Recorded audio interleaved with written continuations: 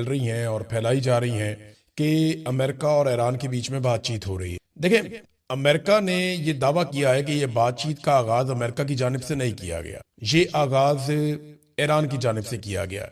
अब इसके अंदर डोनाल्ड ट्रंप का जो स्टेटमेंट है, डोनाल्ड ट्रंप ने कहा कि जब मैंने धमकी लगाई कि मैं बहुत बड़ी तबाही फेरूंगा और मैं बड़ा जोरदार हमला करके इतनी बड़ी तबाही फेरने वाला था कि ईरान को अपना एनर्जी का इंफ्रास्ट्रक्चर वापस बहाल करने में कई साल लग जाते, और यह भी दावा किया कि 10 अरब डॉलर भी लग जाते, यानी बहुत बड़ा नुकसान डोनाल्ड ट्रंप के मुताबिक ईरान का होने वाला था। तो डोनाल्ड ट्रंप का कहना है कि उस नुकसान के डर से ईरान ने फौरी तौर पे खुद ही हमसे राब्ता किया और हमने राब्ता नहीं किया।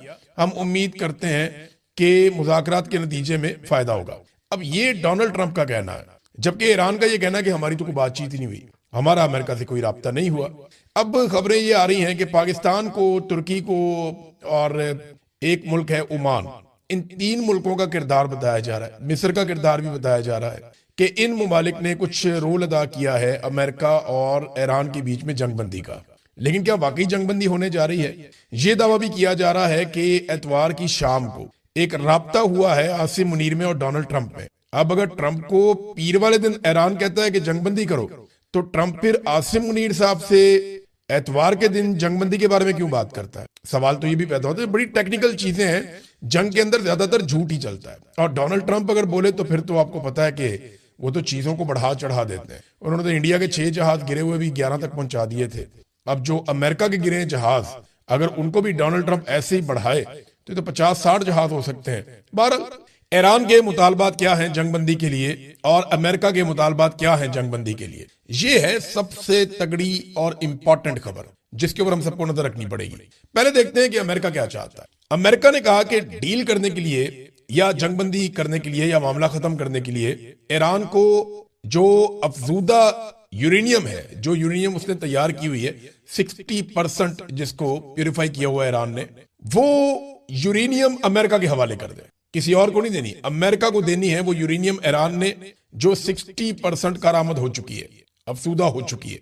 नंबर 1 शर्त ये है। नंबर 2 ये है कि आबनाए हुर्मुज़ को फौरी तौर पे ईरान को खोलना होगा और गैर मशरूत तौर पे खोलना होगा।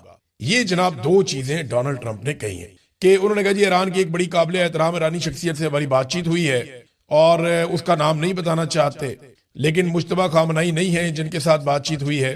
तो इस किस्म की बातें डोनाल्ड ट्रंप ने की हैं। लेकिन अब ये अमेरिका के मुतालबात 2 हैं, मैंने दोनों आपके सामने रख दिए। आबनाए हुर्मुज़ को फौरी तौर पे खोल दें। नंबर 2, जो यूरेनियम है वो अमेरिका के हवाले कर दीजिए। अब अमेरिका के मुकाबले में ईरान के मुतालबात आप देखिए कि वो क्या है। ईरान के मुतालबात भी बड़े क्लियरली सामने आए हैं। ईरान की जो शराइत है ना, वो पहले दिन से 3 शराइत चली आ रही है। अब इसके अंदर इक्का दुक्का चीजें और शामिल हो गई। एक तो ईरान ये कहता है कि ईरान को ईरान का हक दिया जाए, वो तिजारत करना चाहे तो करने दें, उसके ऊपर जो पाबंदियां बिला वजह लगी हुई है वो खत्म की जाए, तो ईरान को उसको जीने का हक मिलना चाहिए। दूसरा, ईरान ये कहता है कि जो उसका नुकसान हुआ उसका अदाला किया जाए। अब उसका अलग अलग तखमीना लगाया जा रहा है और कुछ दावे ये हैं कि ईरान 100 अरब डॉलर भी अमेरिका से मांग सकता है उस खसारे के नतीजे में जो जंग के नतीजे में ईरान को हुआ है, जितना ईरान का नुकसान हुआ है। तो एक और ये है कि आबनाए हुर्मुज़ पे ईरान चाहता है कि उसका कंट्रोल है तो वो फीस भी वसूल करे, जैसा कि दुनिया की कई पानी के रस्तों के ऊपर ममालिक फीस या टॉल वसूल करते हैं, वैसे ईरान चाहता है कि वो भी यहाँ पे गुजरने वाले बहरी जहाजों से फीस वसूल करे। फिर ईरान एक और चीज चाहता है कि दोबारा जंग शुरू ना की जाए ईरान के साथ, इसके हवाले से कुछ मजबूत जमानतें दी जाएं। और ये भी ईरान चाहता है कि इसराइल जो है वो हिजबुल्लाह के ऊपर हमले भी खत्म कर दे, और खलीज में अमरीकी फौजी अड्डों की बंदिश भी उसके मुतालबात में से एक मुतालबा है। और माली मुआवजा तो मैंने आपको पहले बता दिया कि ईरान का मुतालबा। अब देखें ना कितना फर्क है। अमेरिका कहता है यूरेनियम दो, आबनाए हुर्मुज़ खोलो। ईरान कहता है गारंटी दो, आइंदा हमला नहीं करोगे। नंबर 2, जो नुकसान किया उसका पैसा भरो। नंबर 3, हम पे कोई पाबंदी नहीं रहेगी। नंबर 4, यहां से अपने अड्डे उठाओ। नंबर 5, आबनाए हुर्मुज़ जो पानी रास्ता है उसकी अब हम फीस लेंगे वहां से जहाजों के गुजरने की। फिर ईरान ये कहता है कि हिजबुल्लाह के ऊपर अटैक ना करें। फिर ईरान जब बैठेगा मुज़ाकरात के अंदर तो फिर तो गजा की बात भी होगी ना। गजा के हवाले से अगर पूरी दुनिया में किसी मुल्क ने प्रैक्टिकली सबसे ज्यादा आवाज उठाई है, ईरान ने उठाई। अब गजा के अंदर से पहली मर्तबा जो हमास है, हमास ने जो स्टेटमेंट दिया पहली मर्तबा, वो ईरान के हक में दिया। उन्होंने कहा जी हमें, उनको खुशी का इजहार किया जो ईरान कर रहा है इसराइल के साथ। तो गजा वाले तो उधर खड़े हैं जाके, हमास वाले तो उधर खड़े हैं जाके कि ईरान जो कर रहा है वो ठीक कर रहा है। बहरहाल ये जो जंगबंदी है ना, इसके अंदर चंद सवालात पैदा हो जाते हैं। और सबसे बड़ा सवाल ये पैदा होता है कि नेतन्याहू के पास ये आखिरी मौका है ईरान को तबाह करने का। अगर ईरान एटॉमिक पावर बन गया तो नेतन्याहू फारेगा उसके बाद, और अगर अमेरिका इस लड़ाई से निकल गया तो दोबारा कोई अमेरिकी सदर ये दुर्गत देख के इस लड़ाई के अंदर नहीं आएगा। तो नेतन्याहू ने भी कह दिया है हैरानकुन तौर पे कि डोनाल्ड ट्रंप की बात से मैं इत्तेफाक करता हूं। मिसाल के तौर पे उसका स्टेटमेंट मैं आपके सामने रखता हूं। वो कहते जी, मेरे दोस्त डोनाल्ड ट्रंप से मेरी बात हुई है और सदर ट्रंप का मानना है कि अब एक ऐसा मौका मौजूद है कि हम अजीम कामयाबियों से फायदा उठाएं जो हमने अमेरिकी फौज के साथ मिलकर हासिल की हैं, ताकि एक ऐसे मुआहदे के जरिए जंग पर अहदाफ हासिल किए जा सके जो हमारे मफादात का तहफ्फुज करे। यानी नेतन्याहू भी अब इस नतीजे में पहुंचना शुरू हो गया और वो ये कह रहा है जनाब हमने तो बड़ी कामयाब जंग लड़ी है, तो अब हम मुज़ाकरात कर लेते हैं। और डोनाल्ड ट्रंप ठीक कह रहा है, किसी नतीजे पे हम पहुंच जाते हैं, कोई मुआहदा कर लेते हैं। ये दोनों एकदम ये क्यों कहना शुरू हो गए? इसके बारे में बहुत सारे लोगों का ये अंदाजा है जो दिफाई तज्जियाकार हैं, वो ये कह रहे हैं कि अमेरिका हारी हुई लड़ाई में से नहीं निकलेगा। अभी तक अमेरिका को कोई फेस सेविंग नहीं मिली, अमेरिका को इस लड़ाई का कोई नतीजा नहीं मिला, बल्कि अमेरिका पूरी दुनिया में एक्सपोज हो गया। इसराइल का दिफाई निजाम, अमेरिका का दिफाई निजाम पूरी दुनिया के अंदर गंदा हो गया। अमेरिका के जो है वो 1.5 दर्जन के करीब तैयारे गिर गए हैं और लगातार उसे जंग में नुकसान हो रहा है। उसका बैरी जहाज जल रहा है पानी के अंदर, उसके इत्तेहादी उसको छोड़ गए हैं, कोई उसकी मदद करने के लिए नहीं आ रहा। डोनाल्ड ट्रंप इमदाद इमदाद चिल्ला रहा है, लेकिन उसके पुराने इत्तेहादी उसकी मदद नहीं कर रहे। ऐसी सूरत हाल में अगर अमेरिका इस जंग से निकल जाता है तो ये तो बड़ी सुबकी वाली बात हो जाएगी, बहुत शर्मिंदगी वाली बात हो जाएगी। तो दो ही रीजन हो सकते हैं पाकिस्तान को बीच में डालने के। देखिए, शहबाज शरीफ को अगर बीच में डाला है या आसिम मुनीर को, तो दो वजह हो सकती है ना। देखे ना, अगर सुपर पावर की सुपर पावरी हमारी मदद तक महदूद रह गई है तो फिर तो सुलह ही कर ले, इससे अच्छा है। यानी हम पाकिस्तान अब दुनिया को बचाएगा, दुनिया की मदद करेगा, अल्लाह करे वो दिन आ जाए, लेकिन इस वक्त तो पाकिस्तान अपने आप को नहीं बचा पा रहा। यानी हम दुनिया की सुलह कराने चले हुए हैं, पाकिस्तान के अंदर जो जंग चल रही है उसमें पाकिस्तान दहशतगर्दी की इतनी खौफनाक लपेट में है, उससे हम नहीं निपट पा रहे। हम दुनिया की हिफाजत कर रहे हैं, अपनी नहीं कर पा रहे। जो आलमी रैंकिंग आई है उसमें दहशतगर्दी में पाकिस्तान दुनिया में नंबर 1 हो गया। हालांकि हमारे पास है फेवरेट फील्ड मार्शल, किसी और के पास नहीं है, लेकिन हमारी ऐसी दहशतगर्दी में हालत हुई है, दुर्गत बनी है कि पाकिस्तान दुनिया में पहले नंबर पे आ गया दहशतगर्दी से मुतासिरा ममालिक में। हालत हमारी ये है। तो हम अमेरिका को कैसे बचा सकते हैं? बहरहाल अमेरिका को हम पे ये तो ट्रस्ट है कि ये अपने बंदे हैं, वफादार लोग हैं, जो बात करेंगे ये वो कह देंगे जाके, और हमारे बगैर ये नहीं चलेंगे। अब या तो डोनाल्ड ट्रंप को शटअप कॉल मिल गई है कि लड़ाई से भागो, बंद करो इसको, हम नहीं लड़ सकते, या फिर डोनाल्ड ट्रंप टाइम गेन कर रहा है। देखिए ना, सवाल ये पैदा होता है कि क्या आसिम मुनीर अमेरिका को एक फेस सेविंग लेकर दे सकते हैं? तो जवाब है कैसे। अमेरिका को फेस सेविंग लेकर देंगे तो ईरान के अंदर मामला नहीं बनेगा, ईरान को कुछ लेकर देंगे तो अमेरिका में मामला नहीं बनेगा। तो बीच का रास्ता कैसे निकलेगा, ये है सबसे बड़ा सवाल। वो ईरान है, वो तो जान पे खेल कर लड़ रहे हैं। वो कोई ऐसी कंट्री है, ऐसी नेशन तो नहीं है जो कहेंगे ठीक है हम लात नीचे रख लेते हैं। वो तो कहेंगे लात ऊपर रखनी है अपनी। तो ये किस तरीके से करेंगे? अरबों से भी मशवरा नहीं किया जब अमेरिका ने लड़ाई की थी। क्या ये गारंटी आसिम मुनीर साहब दे सकते हैं ईरान को कि अमेरिका दोबारा अटैक नहीं करेगा? पिछली मरतबा बरतानिया, उनका जो सबसे बड़ा इत्तेहादी था, वो मुज़ाकरात में शामिल था, वो कहता है हमें भी पता नहीं चला इन्होंने जाके अटैक कर दिया, अरबों को पता नहीं चला इन्होंने जाके अटैक कर दिया। तो ये शिकवा तो उनके इत्तेहादियों का भी था।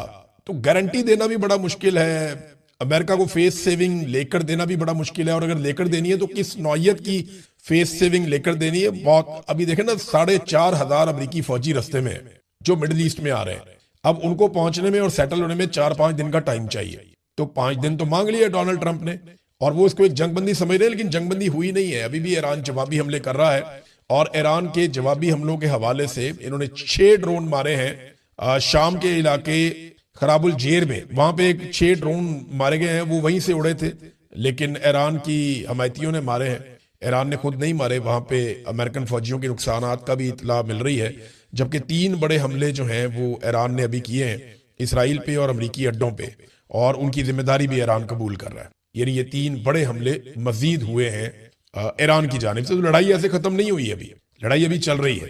अच्छा, इसमें जो है ना वो एक चीज और है, डोनाल्ड ट्रंप के लिए अमेरिका में एक बहुत बड़ी मुश्किल पैदा हो रही है। ये वो मुश्किल से बचने का भी एक तरीका हो सकता है कि जंग बंदी करें। फिलहाल देखें अमेरिका में हम कैसे मैनेज करते हैं, क्योंकि 28 तारीख को हफ्ते के रोज अमेरिका में नो किंग्स मूवमेंट चल रही है। नो किंग्स मूवमेंट के हमारे यहां बादशाह नहीं है, डोनाल्ड ट्रंप बादशाह की तरह चलते हैं। ये मूवमेंट अमेरिका के अंदर शुरू हुई थी, मुख्तलिफ लोगों ने शुरू की थी। इसमें पहली मरतबा जब एहतजाज किया गया तो 3 मिलियन यानी 30 लाख लोग बाहर निकले थे। अप्रैल 2025 में। फिर जून 2025 में 5 मिलियन लोग यानी 50 लाख लोग बाहर निकले अमेरिका में। फिर अक्टूबर 2025 में 7 मिलियन अमरीकी बाहर निकल आए डोनाल्ड ट्रंप की पॉलिसियों के खिलाफ। और अब ये कह रहे हैं कि मार्च 2026 में 28 तारीख को 9 मिलियन अफराद को अमेरिका में बाहर निकाला जाएगा। ये 50 रियासतों के अंदर अमेरिका की 600 जगहों पे एहतजाज होगा। तो नो किंग्स मूवमेंट, इसका एक मैप भी जारी किया है, नो किंग्स मैप, कि ये मूवमेंट जहां जहां चलेगी इस मैप के मुताबिक आप लोग इसके अंदर शिरकत करें। तो अमेरिका के ऊपर, डोनाल्ड ट्रंप के ऊपर इसका बहुत दबाव है। इतने बड़े एहतजाज अमेरिका में किसी सदर के खिलाफ माजी में नहीं हुए जितने बड़े एहतजाज डोनाल्ड ट्रंप के खिलाफ हो रहे हैं।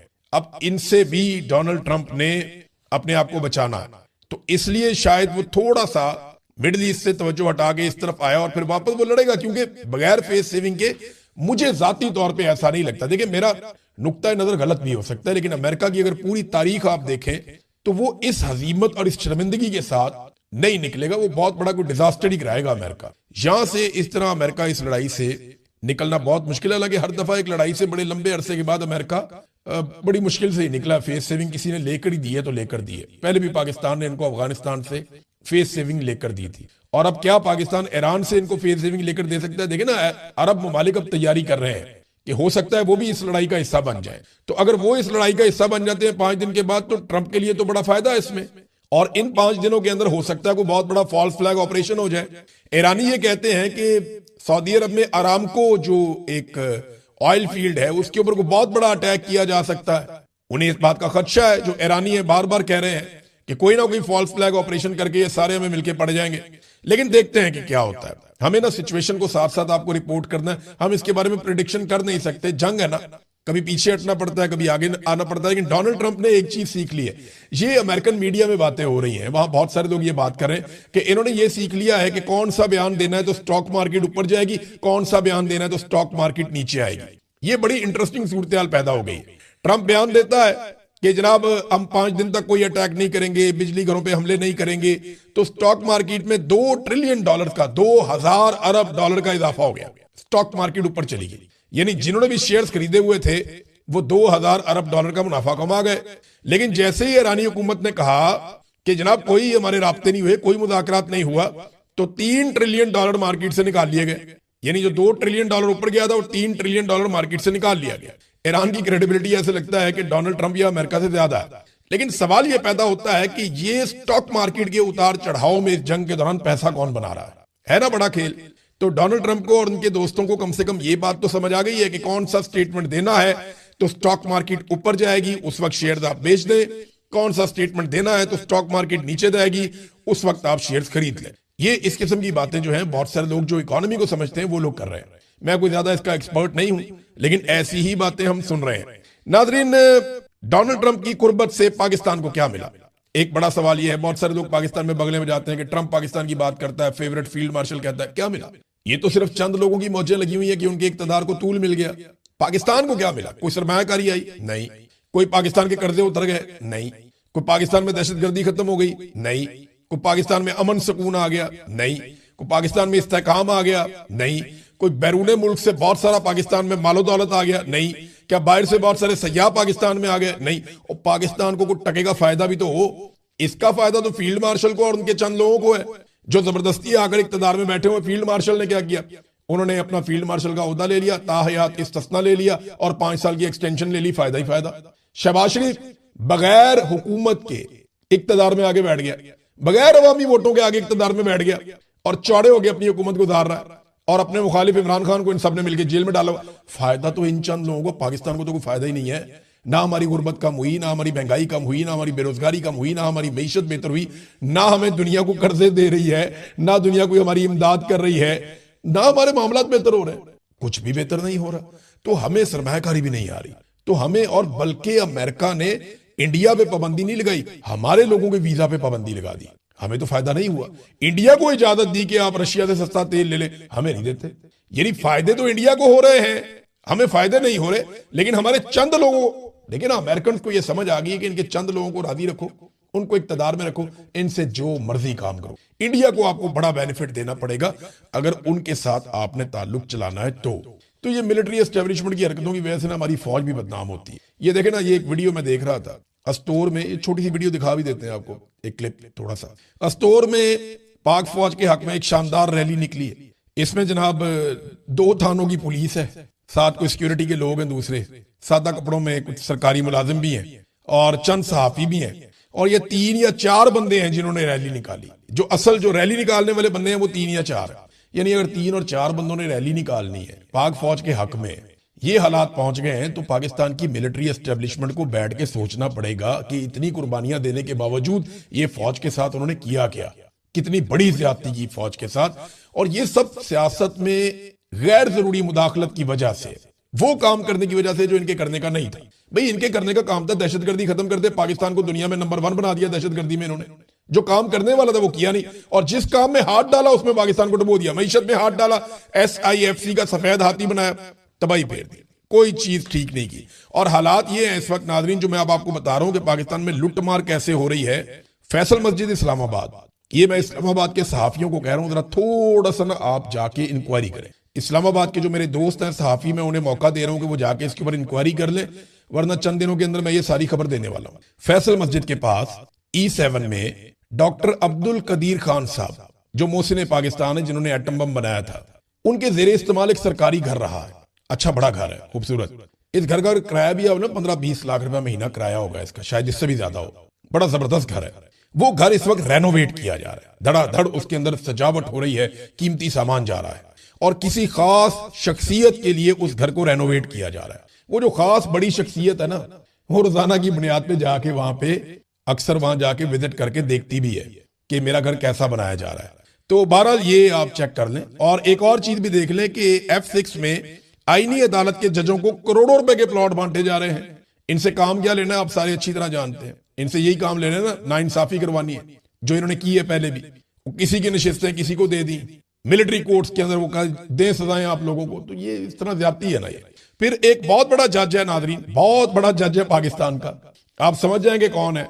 उस जज का बेटा इस्लामाबाद में और अपने कबीले के बीच में, वो अक्सर जगहों पे जहां बैठता है और बैठ के उसका बेटा ये कहता है कि मेरे बाप ने कबीले की रवायात को उड़ा दिया है, हमारी नाक कटवा दी है, मेरा बाप ने कंप्रोमाइज किया है, ये बहुत बड़ी ज्यादती है। वो बेटा है अपने बाप के बारे में, और बाप कितना बड़ा जज है, कितने बड़े जज के बेटे ने उसके बारे में हर जगह बैठ के वो ये बातें कर रहा है, अंदाजा करें आप। एक और जज है, वो भी बहुत बड़ा जज है, जनूबी पंजाब से उसका ताल्लुक है, आपको आइडिया हो जाएगा। तो ये जो जज है ना, ये बहुत बड़ी अदालत में बैठता है। इसके 2 भाई हैं, वो हर महफिल के अंदर जाके क्या कहते हैं कि हमारा जी ऐलान ला ताल्लुक ही है इस बंदे के साथ, ये बंदे ने तो सानू जलील करवा देता, ना इंसाफी की थी, बड़ी ज्यादती की थी, हमारे से कोई ताल्लुक नहीं।